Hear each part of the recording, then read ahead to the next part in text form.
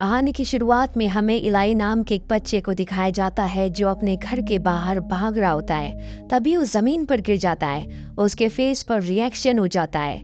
अगले पल उसकी नींद खुल जाती है। दरअसल इलाई का ये एक सपना था। उसे एक खतरनाक बीमारी है, जिस बीमारी के चलते वो बाहर खुली हवा में सांस नहीं ले सकता। जिस बेड पर वो सोता है, उस बेड को भी पूरी तरह से कवर किया गया है। जब भी उसके मॉम डैड उसे बाहर ले जाते हैं तो उसे खास सूट पहनाते हैं ताकि बाहर की हवा उस पर कोई असर ना कर सके। और आज उसके मॉम डैड उसका सूट पहनाकर उसे शहर से बहुत दूर एक सुनसान इलाके में ले जाते हैं, जहाँ उसके डैड बताते हैं कि ये एक डॉक्टर का घर है, तो शायद तुम्हें पूरी तरह से ठीक कर दे। तभी दरवाजा अपने आप ही खुल जाता है। इलाई अंदर जाता है, जहाँ उसे सैनिटाइज किया जाता है। जल्दी उसके सामने डॉक्टर आती है। वो कहती है कि अब तुम्हें सूट पहनने की कोई जरूरत नहीं है। हमारा घर पूरी तरह से एयर टाइट है, बाहर की हवा अंदर नहीं आ सकती। इसके बाद इलाई का सूट उतार दिया जाता है। बिना सूट के इलाई को बहुत अच्छा लगता है। उसकी मॉम भी बहुत खुश हो जाती है। इलाई पूछता है, क्या आपने पहले मेरे जैसे किसी पेशेंट को ठीक किया है? वो कहती है कि हाँ, मैंने बहुत सारे पेशेंट्स को ठीक किया है, अब तुम्हें नहाना चाहिए। जिसके बाद इलाई नहाने के लिए जाता है।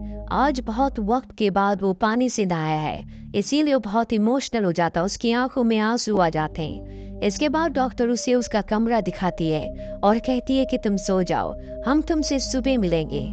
रात को इलाई जब अपने कमरे में होता है, तभी बाहर से उसे अजीब सी आवाजें आती हैं। इलाई खिड़की के पास जाता है, जहाँ पर खिड़की के बाहर एक इंसेक्ट है। और तभी उसे एहसास होता है कि खिड़की के पास कोई है जो सांस ले रहा है, क्योंकि उसके सांस से वहां पर भाप बन रही होती है। और उस भाप में कोई अपनी उंगलियों से स्क्रैच करता है, जिससे इलाई डर जाता है। वो उस कमरे में चला जाता है जहां पर उसके मॉम डैड हैं। इलाई उन्हीं के साथ सो जाता है। अगली सुबह वो सबको बताता है कि रात को विंडो के बाहर कोई अदृश्य चीज थी, जिसे उसने महसूस किया था, पर सबको लगता है कि उसने कोई बुरा सपना देखा होगा। इसके बाद इलाई को मेडिकल रूम में ले जाया जाता है, जहां डॉक्टर उसकी बॉडी में एक वायरस को इंजेक्ट करती है ताकि उसके बोन मैरो के सेल्स को रिपेयर किया जा सके। पर इससे उसकी बॉडी में एलर्जी होना शुरू हो जाती है, जिससे इलाई बेहोश हो जाता है। जब उसे होश आता है तो वो अपने कमरे में होता है। वो कमरे की खिड़की से बाहर देखता है, जहाँ पर एक लड़की है। इस लड़की को इलाई ने उस वक्त भी देखा था जब वो इस छोटे से टाउन की तरफ आ रहा था। वो झूले पर बैठकर इसे ही देख रही थी और अब खिड़की के ग्लास के थ्रू ये दोनों एक दूसरे से बातें करते हैं। वो लड़की कहती है कि शायद तुम्हें भी एलर्जी है, यहाँ पर इसी तरह के पेशेंट्स आते हैं, मुझे ये जगह बिल्कुल पसंद नहीं है। ये कहकर वो वहां से चली जाती है। अब इलाई रात को अपने कमरे से बाहर आता है।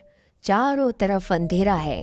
तभी इलाई को एहसास होता है कि उसके आसपास कोई है। जहां से आवाज आ रही होती है, वो टॉर्च की रोशनी उस तरफ फेंकता है। उसके सामने एक लड़की का घोस्ट है।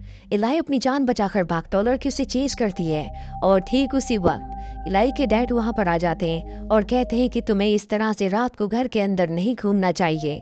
वो उसे अपने साथ ले जाते हैं। यहाँ खाना खाते हुए इलाई अपने मॉम डैड को बताता है कि मेरे अलावा भी इस घर में कोई है, शायद उस बच्ची का भी इलाज चल रहा है। उसकी मॉम कहती कि नहीं, यहाँ पर तुम्हारे अलावा कोई नहीं है, ये शायद तुम्हारा भ्रम है। आई अपनी मॉम की बातों पर यकीन करता है। उसे लगता है कि शायद उसकी मॉम सही कह रही है।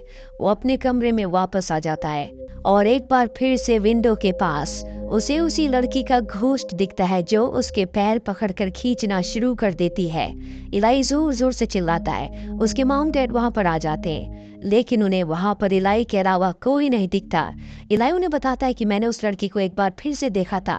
अब डॉक्टर भी यहाँ पर आ जाती है, जो इलाई के मॉम डैड को बताती है कि शायद ये दवाइयों का असर है, जो उसके दिमाग को भ्रमित कर रही है। इलाई की मॉम कहती है, मैं चाहती हूँ कि तुम उसकी दवाइयों की डोज को कम कर दो। और इलाई के डैड कहते हैं कि हमें ऐसा नहीं करना चाहिए, ये इलाई के पास आखिरी मौका है, हमने इस इलाज में अपना सब कुछ बेच दिया है। और अब इलाई को भी यहाँ पर कुछ अच्छा नहीं लग रहा होता। वो अपने मॉम डैड से कहता है कि हमें घर जाना चाहिए, मैं यहाँ नहीं रहना चाहता। पर उसके मॉम डैड कहते हैं कि नहीं, हम चाहते हैं कि तुम ठीक हो जाओ। अब रात को जब वो अपने कमरे में होता है, तो वही लड़की जिसे उसने इस टाउन में आने के बाद झूले के ऊपर देखा था, जो उसकी विंडो के बाहर आई थी, वो एक बार फिर से उसकी विंडो पर पत्थर मारती है। इलाई देखता है कि वो नीचे है। वो उससे मिलने के लिए नीचे जाना चाहता है, पर एक बार फिर से वही घोस्ट लड़की जो उसका पहले भी पीछा कर चुकी है एक बार फिर से उसके सामने आ जाती है। इलाई उससे डर कर एक अलमीरा में छुप जाता और जोर जोर से चिल्लाने लगता है। उसके मॉम डैड वहां पर आ जाते हैं। वो इलाई को बाहर निकालते हैं। वो देखते हैं कि उस घोस्ट ने अलमीरा को तोड़ दिया है, साथ ही वहां पर इलाई के नाम को भी लिखा है। लेकिन अब भी सबको ये लगता है कि इलाई ये सब कुछ यहाँ से जाने के लिए कर रहा है। वो जो कुछ कह रहा है वो झूठ है, यहाँ पर कोई घोस्ट नहीं है।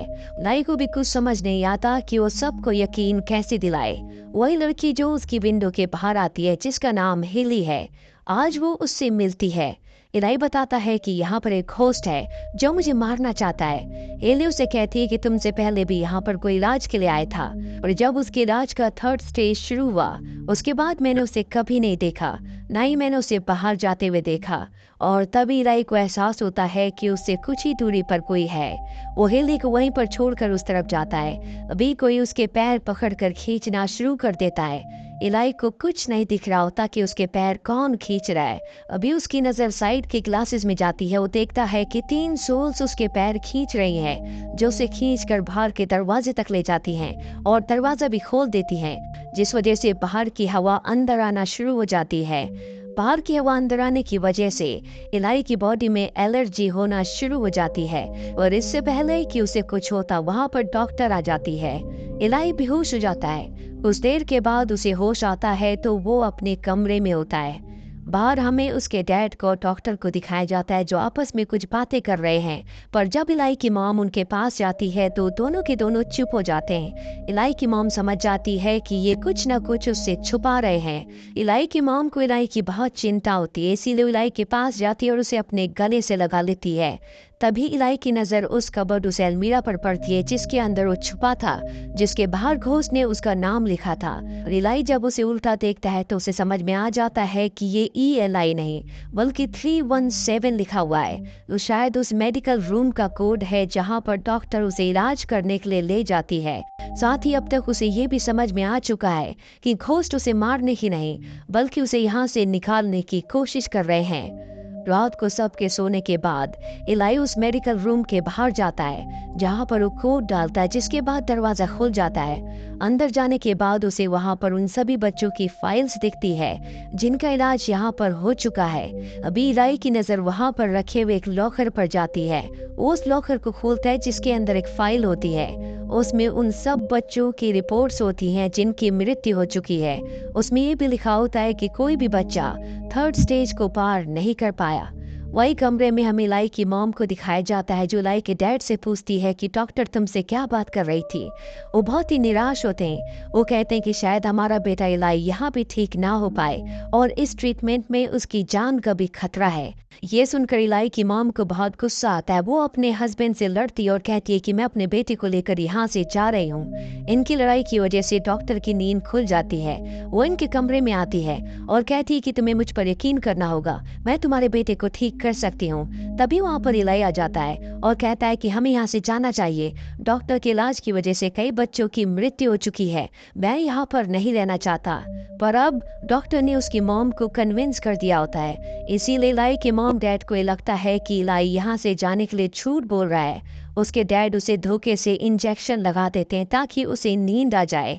और अब इलाई को नीचे एक बार फिर से मेडिकल रूम में ले जाया जा रहा होता है, लेकिन तभी इलाई नर्स के हाथ पर काट कर डॉक्टर के कमरे में छुप जाता है। वो दरवाजा अंदर से बंद कर लेता है। वहां पर उसे एक सीक्रेट दरवाजा मिलता है जिससे वो नीचे जाता है। वहाँ की हवा साफ नहीं है क्योंकि वहां पर बाहर की हवा आ रही होती है और ऐसी हवा में वो जिंदा नहीं रह सकता।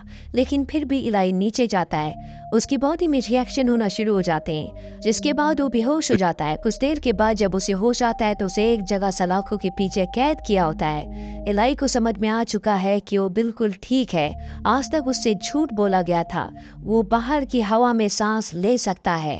वो अपने मॉम डैड से बहुत ज्यादा नाराज होता है। उसकी मॉम उसके पास आती है और कहती है कि मुझे पता है कि तुम मुझसे बहुत नाराज हो, पर सही वक्त आने पर मैं तुम्हें सब कुछ बता दूंगी। इसके बाद इलाई जानबूझकर बेहोश होने का नाटक करता है उसकी मॉम अंदर आती है, जहाँ पर वो अपनी मॉम के ऊपर हमला करके उन्हें बेहोश करके वहाँ से ऊपर आ जाता है और जो इस घर के ग्लास होते हैं उन्हें तोड़कर वो बाहर जाना चाहता है। बाहर पहले से वो लड़की है जिसका नाम हेली है, जो बार बार उससे बातें करती है, पर इससे पहले कि वो यहाँ से बाहर निकल पाता, वहाँ पर उसके डैड और डॉक्टर अपनी टीम के साथ आ जाते हैं, जो उसे पकड़कर नीचे मेडिकल रूम में ले जाकर बांध देते हैं। दूसरी तरफ उसकी मॉम को होश आ जाता है। वहाँ पर एक बहुत बड़ा कुआं होता है। वो उसके अंदर देखते हैं जहाँ पर बहुत सारे बच्चों की डेड बॉडी होती है।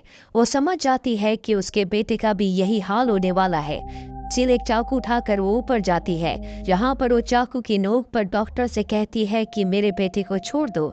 साथ ही वो अपने हस्बैंड को बताती है कि इससे पहले जितने बच्चों को यहाँ पर लाया गया था वो सब के सब मारे जा चुके हैं और मैं नहीं चाहती कि इलाई के साथ भी ऐसा हो। उसके हस्बैंड उसके पास आते हैं, उसके हाथ से चाकू लेते हैं और वो चाकू वो डॉक्टर को दे देते हैं, जिसके बाद डॉक्टर अपना क्रॉस निकालती है और कुछ मंत्रों का उच्चारण करती है। इलाई को कुछ समझ नहीं आता कि ये क्या हो रहा है। दरअसल वो एक रिचुअल कर रही होती है, जिसके बाद इलाई की बॉडी में लाल रंग के रैशेज होना शुरू हो जाते हैं और अब वो डॉक्टर अपने हाथ में चाकू लेकर उसकी तरफ बढ़ती है। वही इलाई की मॉम को इलाई के डैड ने पकड़ा हुआ होता है और अब डॉक्टर चाकू से इलाई को मारने वाली होती है कि तभी उसका अपने आप ही हाथ रुक जाता है। दरअसल ये सब इलाई कर रहा होता है। उसके अंदर एक अजीब सी पावर आ गई है और अपनी उसी पावर से वो डॉक्टर को मार देता है। अति वहाँ पर जितनी भी नर्स होती है उन सबको वो हवा में उड़ा देता है और अपनी मॉम से पूछता है कि मैं कौन हूँ, मैं क्या हूँ। उसकी मॉम कहती है कि मैंने तुम्हें शैतान से मांगा था। मैं चाहती थी कि मेरे घर में कोई बेटा पैदा हो। मुझे लगा था कि सब कुछ नॉर्मल होगा, लेकिन जब तुम पैदा हुए तो हमें पता चला कि तुम्हारे अंदर भी शैतान का अंश है। उसी अंश को हम तुम्हारे अंदर से निकालने के लिए तुम्हें यहाँ पर लेकर आए थे, लेकिन अब उसका कोई फायदा नहीं है क्योंकि तुम्हारी पावर्स, तुम्हारी जो शक्तियाँ हैं वो जाग चुकी है और अब शायद हमें तुम्हें तुम्हारे असली पिता के पास ले जाना होगा। तभी पीछे से उसके पिता उस पर हमला करने की कोशिश करते हैं, लेकिन वो अपनी पावर से उन्हें दूर फेंक देता है और अपनी मॉम के साथ घर से बाहर आ जाता है, जहाँ पर वही लड़की उसकी गाड़ी के सामने खड़ी होती है, जो बार बार उसे घर के बाहर से दिखती है। वो इलाई को बताती है कि मैं भी शैतान की बेटी हूँ, यानी कि तुम मेरे भाई हो और तुमसे पहले यहाँ पर जितने बच्चों को इलाज के लिए लाया गया था वो सब हमारे भाई बहन थे, यानी कि वो भी शैतान के बच्चे थे और अब वक्त आ चुका है जब तुम अपने असली डैड से मिलो। वो पूछता है तुमने ये बात मुझे पहले क्यों नहीं बताई। हेली कहती है कि मैं चाहती थी कि तुम अपनी असली पावर्स को खुद पहचानो, जो कि तुमने पहचान ली है और अब डैड के पास जाने का वक्त आ चुका है। जिसके बाद वो इलाइक और उसकी मॉम को गाड़ी में बैठाती है और यहाँ से निकल जाती है और इसी के साथ ये फिल्म, ये कहानी यहीं पर खत्म हो जाती है। उम्मीद करते हैं कि ये कहानी आपको पसंद आई होगी।